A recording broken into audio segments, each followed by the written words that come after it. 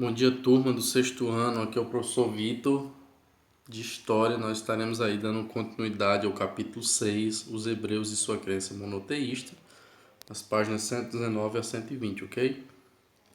Só uma correção, até as páginas 122, certo?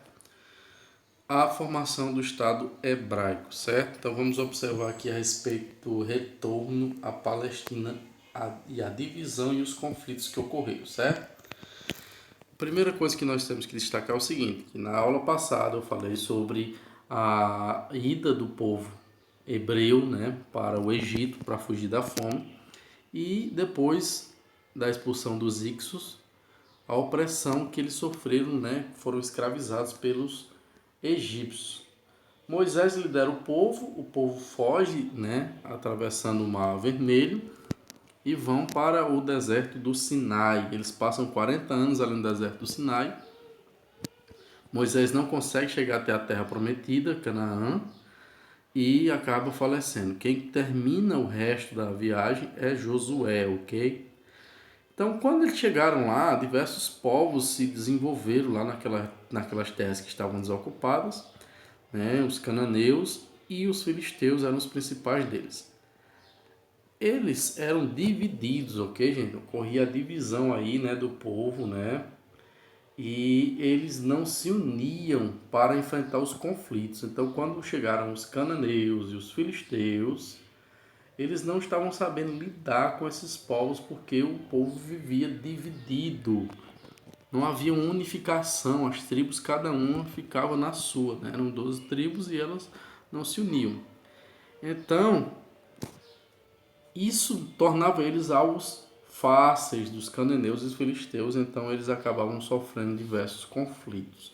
Existem algumas teorias, né, que explicam um pouco diferente o que eu acabei de passar para vocês, que é a teoria da ocupação pacífica, que defende que quase não houve conflitos com o retorno dos hebreus a Canaã.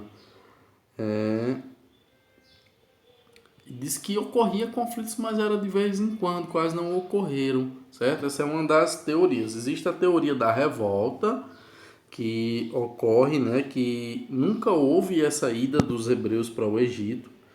Antes eles eram camponeses que tinham assimilado novas ideias, principalmente religiosas, né, monoteístas, se revoltaram contra a religião politeísta e se unificaram, e aí teria dado origem aos hebreus. Existe também a teoria da evolução pacífica, que é a hipótese que houve uma unificação entre cananeus e hebreus, mas isso não aconteceu de forma rápida, certo? Devido às diferenças religiosas que foram aí sendo sanadas ao longo do tempo. Entretanto, o texto bíblico, o relato é que quando eles retornaram para Canaã, ocorreram esses diversos conflitos. Como novamente eu falei, eu repito, eles eram o que, ó, divididos, eles estavam aqui na fase da divisão, ok, gente? Aí ocorre o que, ó, a unificação, certo, gente? Através de que, professor? Dos governos dos juízes. Então, quem eram os juízes? Eram homens, certo? Dotados de uma liderança militar e religiosa, que conseguiram unificar as tribos para poder combater os inimigos lá, os cananeus, os filisteus, através de uma unificação dessas 12 tribos para poder combater o inimigo em comum. Os principais juízes, né, conhecidos com as histórias, com os relatos fantásticos, né, como Sansão e a sua força tremenda, Gideão e os 300, Samuel e a vitória contra os filisteus, e entre esses vários juízes também havia uma juíza, Débora, que lidera também o povo para vitória contra os inimigos. Os juízes eles organizam o povo de Israel até que ocorre a instituição da monarquia em 1049, ok?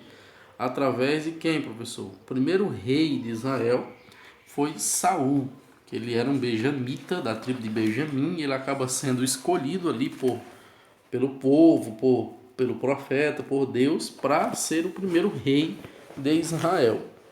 Ele vai reinar aí até 1007 e acaba falecendo em uma batalha contra os filisteus, e Saul vê-se encurralado, né, pelos filisteus e pede para que seu próprio escudeiro mate ele, mas o escudeiro se recusa a matar Saul. O que ele faz para não morrer nas mãos dos filisteus é que ele tira sua própria vida, certo? Quando ele morre, durante o seu reinado, ocorre, né, essa disputa contra os filisteus. E um pequeno pastor chamado Davi, pastor de ovelhas, certo? Ele surge no reinado de Saul, né, como uma figura muito importante, porque foi no reinado de Saul, né, na batalha contra lá os filisteus, que Davi se destaca, porque havia um filisteu chamado Golias, que vivia afrontando o povo de Israel e ninguém em Israel conseguia ali se impor perante Golias e vencê-lo. Quem faz isso, professor? Davi, certo? Um pequeno pastor de ovelhas que não sabia portar nem armas. Saul ali colocou suas armaduras, espada em Davi, mas ele não conseguia nem se mexer com aquelas armaduras. Ele decide ir tirar aí com suas roupas ali normais de pastor. E segundo o relato bíblico, com uma funda em uma pedra retirada do fundo de um rio, ele acerta a cabeça do gigante Golias e acaba vencendo ele com a sua própria espada, né? Porque já estava caído ali no chão, provavelmente desacordado, devido à pedrada. Davi o vence com a própria espada do inimigo, fazendo com que Israel avançasse sobre os filisteus e tivesse uma vitória parcial. Posteriormente, eles são derrotados, né? Com a morte, onde ocorre a morte de Saul, ok? Então, Davi assume o trono em 1002 aproximadamente ali, passa algumas disputas de quem assumiria o trono e ele assume em 1002 e vai até 907. É onde ocorre a maior expansão do reino de Israel até o momento, só vai ser superado depois por Salomão. E Davi, ele é quem constrói o templo, né? Aliás, ele é quem constrói a cidade do que se torna a capital de Israel. Ele invade essa cidade que já havia sido construída, chamada de Jerusalém, e ele toma a cidade e reconstrói ela, né? Refaz ela completamente. Nele, no governo de Davi, que Israel ele consegue ter diversas vitórias e viver um período de unificação e realmente de grande prosperidade, certo? Até que Davi venha a falecer em 970 a.C. Só que ele deixa uma função aí muito importante para seu filho, Salomão, que ele tinha arrecadado dinheiro, impostos do povo, tinha arrecadado madeira, tinha conseguido diversos trabalhadores, organizado um terreno para a construção de um templo sagrado. Então ele deixou isso a cargo do seu filho Salomão. Quando 970 a.C., quando Salomão assume o trono de Israel, ele tem a função então de construir o templo. E para isso ele aumenta cada vez mais os impostos aí cobrados sobre o povo de Israel, certo? E ano após ano eles vão até se desgastando com essa cobrança de impostos. No reino de Salomão é onde Israel atinge a sua maior dimensão territorial, ok? Eles conseguem de fato se tornar um grande reino, inclusive anexando terras de outros reinos ao seu domínio, certo? Salomão realmente expande e a fase mais rica, mais ali próspera realmente de fato, né, de Israel, certo? Até 935 quando falece Salomão, ok? E então, professor, o que ocorre depois do falecimento de Salomão? Ocorre, né, que seu filho Roboão assume o trono em 935 a.C. e decide manter a carga tributária de impostos que o seu pai estava colocando sobre o povo e ainda mais decidiu ampliar essa carga tributária, certo, gente?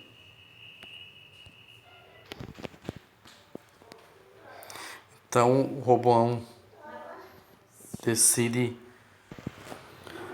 aumentar os impostos sobre o povo e, como eu falei novamente, Isso causa uma revolta no povo contra os impostos que já vem sendo cobrado desde a época do seu pai, né, para a construção do templo, né, desde Davi a Salomão e agora com Roboão. Eles esperavam que esses impostos diminuíssem e, pelo contrário, ele decide aumentar ainda mais. Então ocorre a divisão do povo de Israel em dois reinos, ok? O reino de Israel, que é formado por 10 tribos, que são do norte, essas tribos, com a capital em Samaria, e é governado por Jeroboão I, um antigo desafeto do rei Salomão, que acaba, né, sendo nomeado como rei do reino do norte, do reino de Israel.